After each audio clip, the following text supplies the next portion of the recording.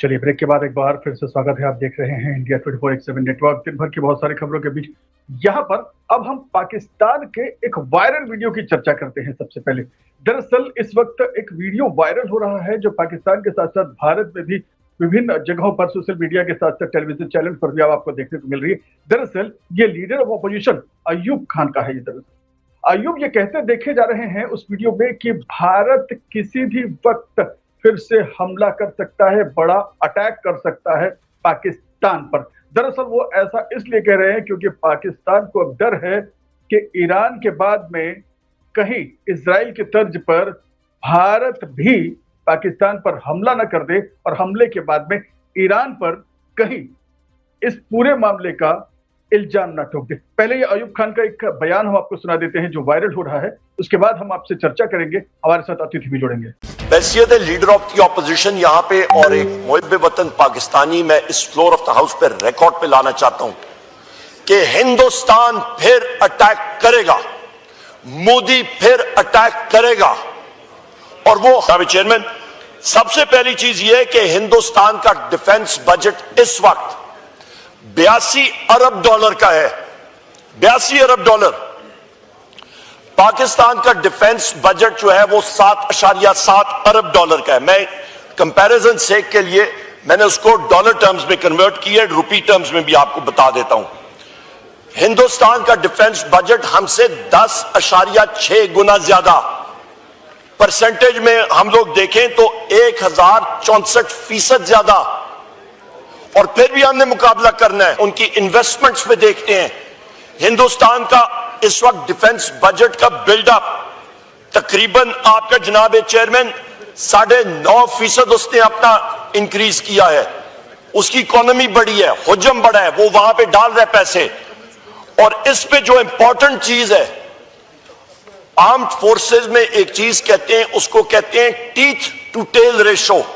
मैं फिर रिपीट करता हूं, टीथ टू टेल रेशो, कि आपके पास वो ताकत या आप फोर्स मल्टीप्लायर सिस्टम्स में क्या इन्वेस्टमेंट कर रहे हैं। फोर्स मल्टीप्लायर सिस्टम में हमने मजीद इन्वेस्टमेंट करनी है। और इस पे मैं बताऊं कि ऑपरेशंस और इंफ्रास्ट्रक्चर पे हिंदुस्तान ने अपनी डिफेंस स्पेंडिंग जो ज्यादा की है वो 27.6% ज्यादा की है।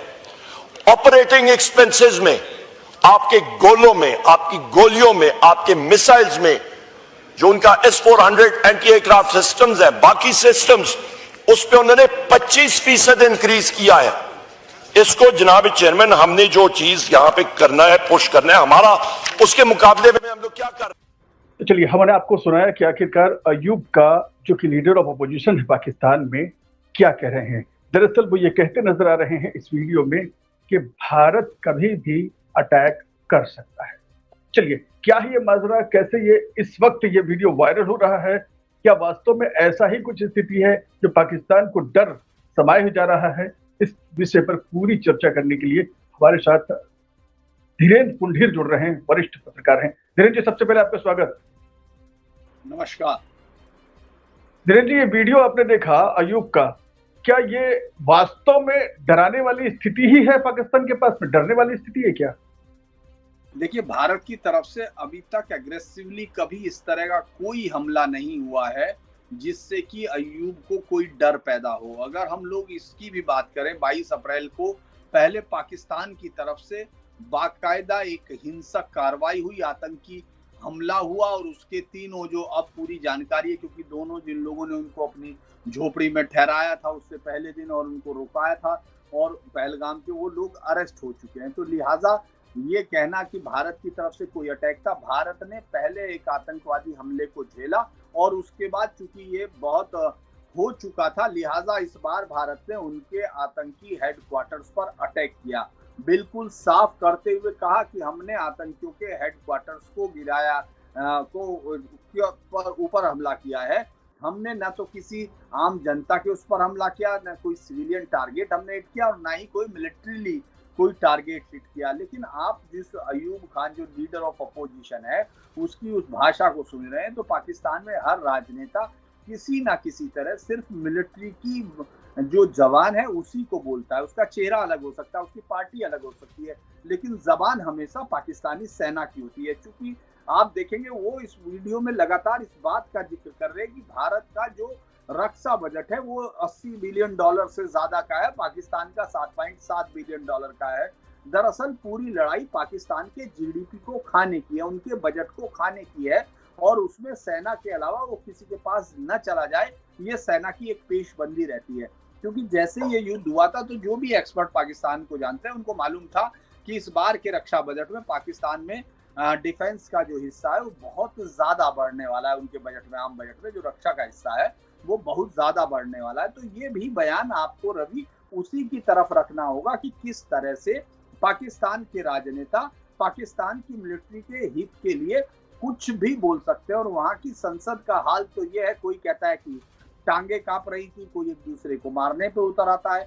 वो बेहद ही ज्यादा एक तरह का मजाकिया हॉल है जिसमें जो जिसका मन आता है वो करता है। लेकिन इस बयान की गंभीरता ये है कि वो एक साथ ईरान को और उनको लपेटना चाहते हैं, भारत को उसके साथ। ये अलग बात है कि अभी देखना होगा इस्लामी उम्मा का जो कंसेप्ट है पाकिस्तान का दिया हुआ है, पाकिस्तान का मतलब जो ऑर्गेनाइजेशन ऑफ इस्लामिक कंट्रीज का है ओआईसी का, वो पाकिस्तान की तरफ से शुरू हुआ एक शिगुफा था। तो लिहाजा पाकिस्तान अपने आप को आगे रखता है। अभी भी आपने देखा होगा उसने ईरान पर हमले की निंदा की थी। अब ऐसे में वो ईरान को भारत के साथ जोड़ रहा है, ये दिलचस्प बात है। इसके लिए इसको समझना होगा कि वो ऐसा क्यों चाह रहे हैं, क्योंकि ईरान के बॉर्डर पर दोनों देशों में अलग अलग आतंकी संगठन है। जैसे यहाँ कुछ पाकिस्तानी आतंकी संगठन अंदर ईरान तक मार करते हैं, उधर ईरान ने पिछले कुछ समय पहले मिसाइलें बाकायदा छोड़कर उनको एक तरह से चौंकाया भी था पाकिस्तान को। तो मुझे लगता है कि अब युद्ध के बाद की परिस्थिति दूसरी है। अब वो क्या कहना चाहते हैं ये तो वही जाने। लेकिन धीरेन्द्र मुझे ये बताइए आप कि जो ईरान पहले कर चुका है, क्या दोबारा वैसा कुछ कर सकता है क्या? मसलन आप किस तरफ इशारा करें? मसलन ये कि पाकिस्तान की तरफ भी कहीं पर वो टारगेट कर सकता है क्या? सीधे तौर पर यदि मैं पूछूं आपसे। अभी नहीं कर सकता। अब हाल फिलहाल में ईरान की स्थिति ऐसी नहीं है कि वो किसी देश के साथ किसी तरह की छोटी या बड़ी झड़प लेने की कोशिश करे, क्योंकि जो एक वहां कहावत है अल्लाह अल्लाह खैर सल्लाह, किसी तरह से उनकी जान बची है। इस वक्त उन्होंने अपने यकीनन कल ईरान की सड़कों पर जश्न मन रहा था, वो जीत का जश्न था जो उनको लग रहा था। क्योंकि वहां भी पॉलिटिशियंस उसी तरह हैं जैसे पाकिस्तान के पॉलिटिशियन है, वो भी झूठ को सच, सच को झूठ, और झूठ में सच को इस तरह मिला देते हैं कि आदमी निकाल ही नहीं पाता कि सच क्या है और झूठ क्या है। अगर हम ये देखते हैं ईरान की लगभग मुझे लगता है कि 2/3 जो मिसाइल स्टॉक है वो खत्म हो गया, उनकी डिफेंस की पूरी कैपेसिटी खत्म हुई, और काफी बड़ा नुकसान। क्योंकि जब आपका पूरा सैन्य मिलिट्री का जो लीडरशिप है वो साफ हो जाती है, खासतौर से आपने देखा होगा जो टॉप कमांडर्स हैं IRGC से लेके उनकी सेना तक के, उन सब का जो है इजराइल ने निशाने से उनको मौत के घाट उतारा। तो लिहाजा ऐसे में पाकिस्तान के खिलाफ वो कोई हमला करे या कोई ऐसी गतिविधि को अंजाम दे, मुझे नहीं लगता ऐसा है। ये सिर्फ और सिर्फ पाकिस्तान की जनता को बेवकूफ बनाने के लिए पाकिस्तान के पॉलिटिशियंस का एक शिगुफा होता है। और पाकिस्तान की जनता जिस तरह के इमोशनल चार्ज में रहती है और हर समय उसको रात दिन भारत से नफरत जो वो सीखती है और वो अपने नेताओं से वो उम्मीद करती है। दरअसल मैं एक बात हमेशा ये कहता हूँ कि यहाँ के भारत के राजनीतिक और उन तमाम लोगों की बात करें तो वो कई बातों में ईमानदारी शो नहीं करते जब वो पाकिस्तान को लेकर एक तरह का दो तरफा बयान देते हैं, जिसमें वो कहते हैं कि पाकिस्तान की जनता जो है भारत की दोस्त है, लेकिन पाकिस्तान के नेता जो है और वो उनके मिलिट्री लीडरशिप है वो भारत के खिलाफ उनको उकसाती है। ऐसा नहीं है। दरअसल हमको वही लीडर मिलते हैं जिनको हम चुनते हैं। पाकिस्तान में जो डिवीजन है वो हिंदुओं से नफरत के आधार पर है। अगर पाकिस्तान में हिंदुओं से नफरत खत्म हो जाएगी तो पाकिस्तान के अस्तित्व का ही जो जिसके लिए वो वॉर शुरू हुई थी, जिसके लिए देश बना था, वो या यूं कह लें कि पाकिस्तान ही खत्म हो जाएगा। जी बिल्कुल, मैं यही शब्द कह रहा था कि पाकिस्तान के अस्तित्व की संकल्पना ही खत्म हो जाएगी। क्योंकि एक बड़ी दिलचस्प बात एक दिन रवि हुई जब मैं बात कर रहा था एक एक्स मुस्लिम से, जो पाकिस्तानी एक्स मुस्लिम था। उसने कहा कि जिस समय मैंने पाकिस्तान में मुस्लिम परिवार में होके और मैंने जब इस्लाम को त्यागा, उसी दिन मैंने पाकिस्तान की अवधारणा को भी त्याग दिया। तो मेरे लिए बड़ा दिलचस्प था। मैंने उससे पूछा कि ये वो क्यों कह रहा है। उसने कहा कि हम हिंदुस्तान का एक हिस्सा थे, हमारा डिवीजन सिर्फ और सिर्फ मुसलमान होने के नाते ही हुआ है। अगर मैं मुसलमान ही नहीं हूं तो मेरे लिए इस देश का डिवीजन एक तरह से कृत्रिम विभाजन है, जो भारत की मूल संस्कृति से मुझे काट के अलग कर दिया गया। ये बड़ा दिलचस्प मुझे उसका बयान लगा था, तो वही मैं आपके तमाम दर्शकों को भी कह रहा हूँ कि वहाँ की जनता के अंदर जिस तरह से घृणा है भारत को लेकर, क्योंकि वो रात दिन उसी में पलते हैं। आपको दिखेगा, अगर आपको सोशल मीडिया पे आप अब आजकल बहुत आसानी से उपलब्ध है वो सारा कंटेंट, और वो दिखाई देता है। तो मैं यही कहूंगा कि वो जो वहाँ की लीडरशिप है और वहाँ की मिलिट्री है, जनता के इस नफरत को न केवल बढ़ाती रहती है, बल्कि इससे फायदा उठाकर जनता को और जमीन में मिलाती जाती है, अपनी जनता को। ओके, धीरेन्द्र, जैसे आप बता रहे हैं कि पाकिस्तान है तो फिर मुसलमान है और पाकिस्तान एक साथ है, यदि मुस्लिम नहीं तो पाकिस्तान को कोई वजूद नहीं, ऐसा जो अवधारणा है वहां पर लोगों की है, और उसी के बदौलत पूरी की पूरी पाकिस्तान चल रही है, वहां की राजनीति चल रही है। लेकिन हम बात करते हैं इस वायरल वीडियो की। क्या इस वक्त वायरल होने का इस वीडियो का वजह क्या ईरान इजराइल युद्ध ही है या फिर कुछ और भी हो सकता है? देखिए, पाकिस्तानी लोगों का कंटेंट जो है हिंदुस्तान में बहुत ज्यादा चलता है, क्योंकि हिंदुस्तानी पाकिस्तान का एक जैसे एक चिड़ियाघर होता है, उसमें अलग अलग जानवर होते हैं। तो भारत अपने मनोरंजन के लिए भारतीय लोग हमेशा पाकिस्तानियों का इस्तेमाल करते हैं। उनकी इस तरह की बाइटें आपने देखा होगा, वो कैसे कहते हैं कि मोदी बहुत अच्छा है। कई बार यही गोहर अयूब गोहर जो है उनकी तारीफ कर रहा था योगी जी की, अलग अलग तरीके से। तो भारत के लोगों के लिए पाकिस्तान का कंटेंट बहुत ही दिलचस्प और मनोरंजन के लिए होता है, क्योंकि वो उनकी भाषा लगभग वही है जो हम लोग बोलते हैं अमूमन नॉर्दर्न इंडिया में, क्योंकि वो उर्दू उनकी भाषा है जो जिसमें 2/3 हिस्सा हिंदी का है। तो वो जो है उनकी भाषा समझ में आती है, उनके नेताओं का डर समझ में आता है, और फिर उनके बड़े बड़े बयान जिसमें वो ये कहते हैं हमने हिंदुस्तान के एयरपोर्ट को ये कर दिया, हमने हिंदुस्तान को डरा दिया, हिंदुस्तान को घुटनों के बल टिका दिया। तो ये जब आदमी सुनता है उसको बड़ा मजा आता है हिंदुस्तानियों को। तो वो कोई वीडियो कभी कभी वायरल हो जाता है और कभी कई दिन बाद होता है। तो मुझे लगता है कि इस वीडियो को वायरल होने के पीछे अभी का यही कारण है कि भारत हमला करेगा, भारत हमला करेगा। ये जो है हमेशा की तरह उस गांव के बच्चे की तरह है जो हमेशा ही कहता था भेड़िया आया, भेड़िया आया, भेड़िया आया, और एक दिन जब सचमुच आया तो उस बच्चे को बचाने वाला कोई भी नहीं आया। वो अक्सर मतलब जब सच में जब कभी भारत सच में हमला करेगा तो फिर पाकिस्तान को बचाने के लिए कोई नहीं रहेगा, ये कह रहे हैं आप? मैं ये कह रहा हूँ कि पाकिस्तान की जनता को समझ में नहीं आएगा कि अगर उसने आज ही हमला किया है तो इतने साल से ये संसद में किस हमले की बात कर रहे थे, वो उनको ये समझ में नहीं आएगा। ओके, नहीं, मैं समय की बात कर रहा हूँ कि जब अभी इजराइल और ईरान के युद्ध की बात है, हालांकि जैसे अभी थोड़ी देर पहले हम कह रहे थे कि ईरान के पास अब वो ताकत ही नहीं बची या फिर कि कहीं और जाके वो हमला करे, लेकिन हाल ही में उन्होंने कतर में भी विस्फोट किए थे। ऐसी स्थिति में क्या कोई किसी एंगल से भी देखे तो पाकिस्तान ईरान के रडार में आ रहा है क्या, जिसका वो हवाला देते हैं कि ईरान या तो भारत हमला कर देगा और ईरान पर माथे पर डाल देगा? देखिए, ये बात चूंकि बहुत कॉन्टेक्स्ट उसका लंबा नहीं था, लेकिन मैं आपको ये बता सकता हूँ इस वक्त ईरान किसी भी मुस्लिम देश पर अटैक नहीं करेगा। ईरान ने बाकायदा कतर से माफी मांगी, जो बहुत ही यूनिक जिसस है, पूरी दुनिया में इस तरह से माफी नहीं मांगी जाती। जबकि कतर में ही पूरा अमेरिका का सबसे बड़ा बेस है। मिडिल ईस्ट में जो अमेरिका के 29 बेस है उनमें सबसे बड़ा बेस कतर में है, अल उदीद। अगर हम उस पर देखें, उस पर अटैक करने का कारण उनके पास मौजूद था, क्योंकि अमेरिका ने सीधे तौर पर फोर्डो, नतांज और इस्फहान को उड़ा दिया था। तो बदले में ईरान कहीं भी अटैक करना चाहता तो उसके लिए वो एक बेसिक पार्ट हो सकता कि जो सबसे बड़ा है हम वहां अटैक करें।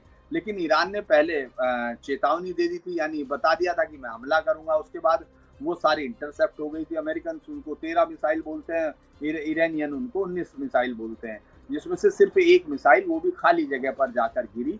इसके अलावा अगर आप देखेंगे तो उन्होंने फिर कुवैत के अमीर से वो माफी, कतर के अमीर से वो माफी भी मांगी कि हमारा जो है आपके खिलाफ ना कोई झगड़ा है, ना आपको नुकसान पहुंचाने का हमारा उद्देश्य था। इस समय पाकिस्तान जो अपने आप को अगर बचाएगी, जो सुप्रीम काउंसिल है अफगानिस्तान, माफ कीजिएगा ईरान की जो सुप्रीम काउंसिल है, जो धर्म के आधार पर वहां सत्ता बनाए हुए है और बचाए हुए है, अब ऐसे वक्त में वो उम्मा के खिलाफ कोई चीज नहीं, उसको दुनिया की इस्लामिक देशों की सहानुभूति चाहिए, साथ ही अपने देश की जनता को इस्लाम की ओवरडोज देते रहनी है। ऐसे में अगर वो पाकिस्तान पर कोई हमला करते हैं तो ये उसके मौजूदा स्टैंड के खिलाफ होगा। तो मुझे नहीं लगता कि दूर दूर तक भी कोई इस तरह की कोई संभावना है कि ईरान से पाकिस्तान की तरफ इस समय कोई छोटी कार्रवाई भी हो। हालांकि पाकिस्तान ने बॉर्डर अलर्ट किए हुए थे, 900 लगभग 900 किलोमीटर की जो सीमा उसकी मिलती है, उसने उस सीमा को पूरी तरह से गार्डेड किया हुआ, और वो भी उस वक्त जब असीम मुनीर उसके यहाँ राष्ट्रपति अमेरिका के ट्रम्प के यहाँ लंच कर रहे थे। उस वक्त जो भी बातचीत उनकी ट्रम्प से हुई थी, उसमें मुझे लगता है सबसे बड़ी बातचीत यही थी कि ईरान को अगर अमेरिका को कभी जरूरत पड़ी, तो अगर बाई फुट जाना पड़ा, तो उसमें उनको पाकिस्तान की मदद मिले। और मुझे लगता है मुनीर ने पैसे लेकर कुछ, मतलब जो हमेशा वो मिलिट्री के नाम पर जो पैसे मिलते रहते हैं, उसको लेकर इस तरह की हामी भर दी होगी। ये पाकिस्तान का इतिहास बताता है। नहीं, इस पूरे मसले में मैं जो समझना चाह रहा हूँ ये देखिए कि ईरान तो हमला नहीं करेगा, ये तयशुदा है, जैसा कि स्थिति है भी, वस्तु स्थिति जो सामने है, या फिर जो भी जमीनी स्थिति है कि पाकिस्तान जैसे मुस्लिम देशों का उनको सहायता की आवश्यकता है। तब ऐसी स्थिति में पाकिस्तान की तरफ से इस तरह की बातें क्यों आ रही है कि भारत हमला करेगा लेकिन ईरान पर मर देगा? इसका क्या मतलब है? देखिए, मैं आपको शुरुआत वाले सवाल का जवाब ये है, जो मैं आपको बार बार बोल रहा हूँ, कि वहाँ पॉलिटिशियंस सिर्फ और सिर्फ मिलिट्री की भाषा बोलते हैं। अगर एक देश से हमले का खतरा है तो 1 रुपया मिलेगा, मान लीजिए फंड में बढ़ा, और अगर 2 देशों से हमले का खतरा है तो उसमें 2 रुपए मिल सकते हैं। पाकिस्तान की मिलिट्री की आप मनोदशा समझिए, वो पूरे देश को, वो देश की सबसे बड़ी इनकॉर्पोरेशन है। इसको आयशा सिद्दीका ने 2007 में पाकिस्तान मिलिट्री इनकॉर्पोरेशन करके एक बड़ी किताब भी बहुत बड़ी लिखी थी। उसमें उन्होंने बताया था कि पाकिस्तान की जो जूते से लेके वो जो मिसाइल तक है, वो सब पाकिस्तान की सेना तैयार करती है। जो कील से लेके मकान तक वो बेचती है, हाउसिंग सोसाइटी वो बेचती है। तो पाकिस्तान की जो सेना है वो एक तरह से एक इनकॉर्पोरेशन है, यानी एक कंपनी की तरह चलाई जाती है। तो उसमें उसको हमेशा बेनिफिट चाहिए, हमेशा उसका जो लालच है वो बढ़ता जाता है। अगर आप जब ये बताते हैं कि भारत जो सबसे बड़ा दुश्मन है, हमारे एक और दुश्मन के साथ मिल गया है और ईरान हमारा दुश्मन है, क्योंकि उन दोनों देशों के बीच में अगर आप आम जनता के तौर पर देखें तो चूंकि पाकिस्तान सुन्नी बाहुल्य देश है और कट्टर सुन्नी, वहाँ बहुत सारे संगठन है, चाहे लब्बैक के पाकिस्तान हो, चाहे आप लब्बैक वाला संगठन हो, चाहे आपका सीपे सहाबा हो, चाहे लश्कर जंगी हो। ये दोनों आतंकी संगठन थे जो शियाओं की मस्जिदों पर शियाओं के कत्ल करते थे। वो बहुत सारे हजारों की संख्या में शियाओं की जो है कत्ल हुए, उनकी मस्जिदों पर बम विस्फोट हुए। ये सब इन्हीं आतंकी संगठनों ने किया। इसके उलट पूरी दुनिया में शियाओं का जो धर्म गुरु है वो आयतुल्लाह खौमेनी है, जो इस समय है, वो इस वक्त उनके सबसे बड़े धर्म गुरु हैं। और ईरान चूंकि पूरी दुनिया में शिया देशों का सबसे बड़ा जो है मुल्क है, तो मुझे लगता है कि वो इस वजह से उनके बीच में विरोध तो है, तो और जनता उनके काफी एक दूसरे से नफरत करती है। जो सेक्टेरियन वायलेंस है उन दोनों के बीच में होती है, लिहाजा उनके लिए, पाकिस्तानी राजनीतिज्ञों के लिए ये आसान है कि वो अगर मिलिट्री को पैसा चाहिए तो वो दोनों देशों को जोड़ सकती है। इससे ज्यादा कोई बहुत कारण अभी रवि नहीं दिखाई देता। ओके, धीरेन्द्र, मुझे अब एक बात और बताइए। चलिए हम पाकिस्तान से हटते हैं, ईरान इजराइल की तरफ चलते हैं। यदि हम, तो फिर फिलहाल अमेरिका ने कहा हुआ है कि युद्ध विराम है। युद्ध विराम जैसी स्थिति क्या वास्तव में लंबी चल सकती है, या फिर केवल और केवल प्रश्न चिन्ह है ये कि युद्ध विराम है? देखिए, अब युद्ध विराम ये लंबा चलेगा। देखिए, हम लोग इसको 2 हिस्सों में देखते हैं। एक तो इजराइल ने जो उसको चाहिए था वो हासिल किया, चाहे इजराइल की बात हो चाहे अमेरिका की बात है। वो इनके जो परमाणु बम बनाने की कैपेसिटी थी उसको नष्ट करना चाह रहे थे। तो 14 उन्होंने उनके ईरान के टॉप परमाणु साइंटिस्टों को मार गिराया है। इसके अलावा नातांज, इस्फहान और आपका ये फोर्डो जो सबसे नीचे गहराई में था, उन सबको इररिपेयरेबल नुकसान पहुंचाया। ये बात जरूर है कि 400 केजी एक यूरेनियम की कहानी जो लगातार चल रही है, जिससे लगभग 10 बम बनाए जा सकते हैं, ऐसा कहा जा रहा है, उसका मिसिंग है। लेकिन अगर हम देखते हैं तो इजराइल ने उनकी टॉप मिलिट्री लीडरशिप को साफ कर दिया। उनके अंदर जहां वो चाह रहे थे वहां अटैक की, और उनकी परमाणु कैपेसिटी की जो इमीडिएट बनाने वाली बात थी वो अगले 6 महीने में वो बना सकता था, धमाका कर सकता था।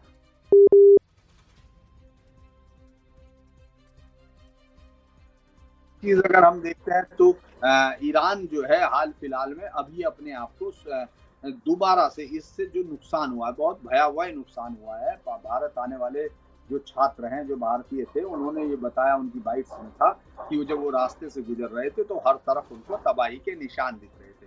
तो मुझे नहीं लगता कि ईरान भी इस वक्त कोई अभी वो अपने आप को रिफिल करेगा, रिचार्ज करेगा। जो उसका एयरफील्ड पूरी तरह तबाह कर दिया था, आप ये सोचिए कि उनके एयर स्पेस पर जब अमेरिका ने अटैक किया तो उनको कोई एक माइनर सा भी प्रतिरोध नहीं मिला। तो ईरान भी उन सब कमियों को दूर करने की कोशिश करेगा और पूरी दुनिया में उसको जो एकदम अकेला वो पड़ गया था वो उस पर भी रिवर्क करेगा। तो लिहाजा मुझे लगता है दोनों देशों को, चूंकि इजराइल के लिए बहुत ही बड़ा आत्मविश्लेषण का समय होगा, जब क्योंकि पहली बार इतने अरसे बाद, अगर 1947-48 में इजराइल के बनने के बाद जितने खाड़ी के युद्ध हुए, लगभग 6 बड़े युद्ध हुए, उन सब में इतना बड़ा नुकसान इजराइल का अंदर तक नहीं पहुंचा जितना इस बार ईरान ने किया। लिहाजा वो अपने आयरन डोम, डेविड स्लिंग, पैट्रियट, थर्ड, इन सब का जो डिफेंस सिस्टम है उसको एक बार फिर से रिव्यू करेंगे, उसको ताकतवर बनाने की कोशिश करेंगे, ताकि अगर इन फ्यूचर कोई एक्शन करना हो तो उसमें अपने देश की बची रहे। ओके, मुझे एक बात और बताइए कि जैसे कि कल भारत के बहुत सारे राजनेताओं का बयान आ रहा था बीते कल कि अमेरिका और ट्रंप को लेकर के, कि ट्रंप एक तरफ खुद युद्ध की शुरुआत कराते हैं और फिर आकर के खुद मध्यस्थता करते हैं और युद्ध विराम कराते हैं। इसका क्या वैश्विक स्तर पर किस तरह से डिप्लोमेटिक वे में क्या है ये?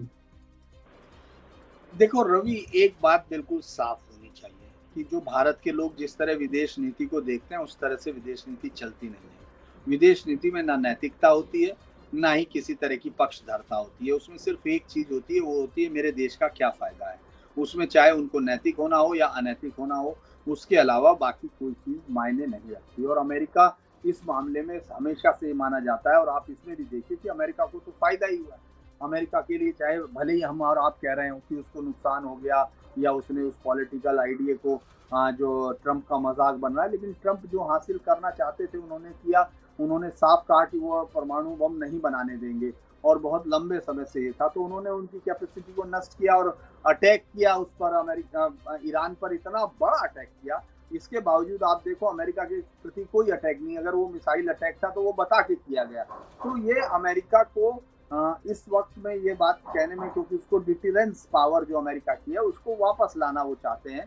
तो आप ये देखिए कि उनको ये सफलता पुतिन के उसमें नहीं मिली, जेलेंस्की और पुतिन में, लेकिन वो अपने आप को ये श्रेय दे रहे कि उन्होंने भारत पाकिस्तान का ये कराया। लेकिन पाकिस्तान ने भी अगर अमेरिका को बुलाया था तो अमेरिका का स्टैंडिंग उसमें बन जाती है। उस केस में भी, इस केस में भी आप देखिए कि वो पहले अनाउंस करते हैं और दोनों देश मानते हैं।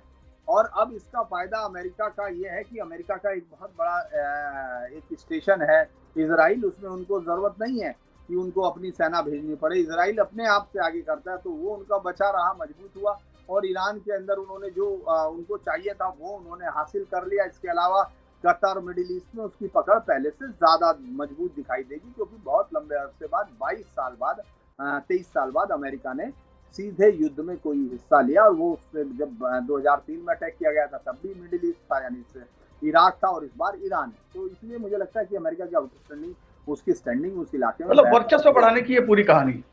जी ओके, अब ऐसी स्थिति में देखिए, मैं एक बार और फिर से इसको अलग अलग पॉइंट से अपन इसको समझते हैं। लोग कहते हैं भारत का इजराइल के प्रति बहुत अच्छा रिश्ता रहा, ईरान से भी बहुत खराब संबंध नहीं है, वहां के लोग भी भारत के साथ में काफी अच्छे रिश्ते रखा करते हैं। ट्रंप के साथ भी भारत के अच्छे संबंध हैं, मोदी मित्र मानते हैं। ऐसी स्थिति में भारत की भूमिका पूरे इस युद्ध के दरमियान या फिर युद्ध विराम के दरमियान या भविष्य में ऐसा कुछ फिर से सामने आता है तो क्या हो सकता है फिर?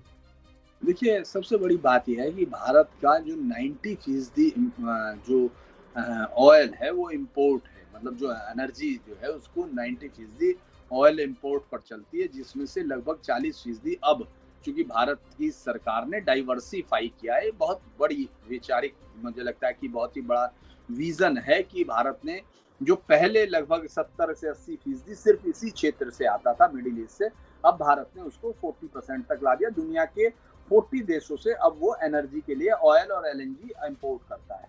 अब अगर हम इसको देखें कि भारत सरकार ने क्या किया, भारत सरकार ने इस युद्ध में सबसे बेहतरीन, तमाम देशों में सबसे बड़ी जो जिसकी कूटनीति सफल रही, वो देश के तौर पर वो तमगा हासिल किया है। अगर हम देखते हैं, भारत इसमें बहुत ही टाइट रोप पर था।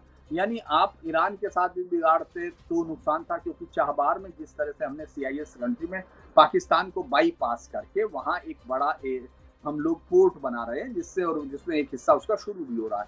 तो मुझे लगता है कि ये एक बहुत बड़ी कामयाबी थी। और उस समय तो विपक्ष का जो तमाम, खासतौर से सोनिया गांधी का 21 जून का जो लेख था वो एकदम इस बात के उलट था कि ईरान ने सिर्फ एक देश के लिए अपने एयरफील्ड को खोला, वो भी ऐसे संकट के वक्त में, और वो देश भारत था, जहां उसके एक बड़े अधिकारी ने कहा कि भारत के लोगों को हम अपने लोग देखते हैं।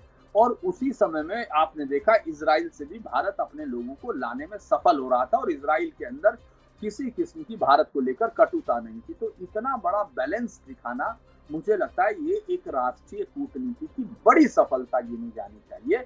और अगर हम इसको ऐसे देखें कि जब दोनों देशों अपने अपने खेमे बांट चुके थे, उस वक्त भारत दोनों देशों से आराम से अपना व्यापार भी कर रहा है, अपने लोगों को भी निकाल के ला रहा है, और मुझे लगता है कि कोई इस तरह की उनके साथ कोई कटुता भी नहीं। तो ये एक बेहतर लक्षण है। और कल जो आने वाला कल है, उसमें भारत की ये छवि और मजबूत होगी कि वो अब जो है हाइफ नेशन की जो थ्योरी होती है कि आपके देश के साथ मेरा आपके साथ रिश्ता है, उस देश के साथ मेरा उसके साथ अलग रिश्ता है, आप दोनों के बीच जो रिश्ता है उससे मेरे रिश्तों का कोई अंतर नहीं आ रहा है। तो ये एक बड़ी, मुझे लगता है, पॉजिटिव एटीट्यूड है, और इस सरकार ने ये शुरू किया है। नहीं तो हम लोग देखते रहे हैं कि इजराइल को जो 1947-48 में जिस देश की स्थापना हुई, उसके बाद हम लोगों ने उसको 1950s में वो तो दे दी थी, मान्यता तो दी, लेकिन उसके बाद से 1992 तक हमने कभी भी उसके साथ ऑफिशियल व्यवहार नहीं किया, उसके साथ कोई दूतावास नहीं। 92 में नरसिम्हा सरकार में उनके साथ डिप्लोमेटिक चैनल शुरू हुए ऑफिशियली जो है, वरना उससे पहले हमको इजराइल ने 65 के वॉर में, 62 के वॉर में, 71 के वॉर में, जो बिना किसी उनको अपनी तरफ से स्वेच्छा से उन्होंने भारत सरकार की मदद की। वो हमेशा इंटेलिजेंस की मदद करते हैं, तमाम चीजें करते हैं। तो मुझे लगता है कि भारत का ये रिश्ता बहुत बेहतर है और आगे तक चलने वाला है।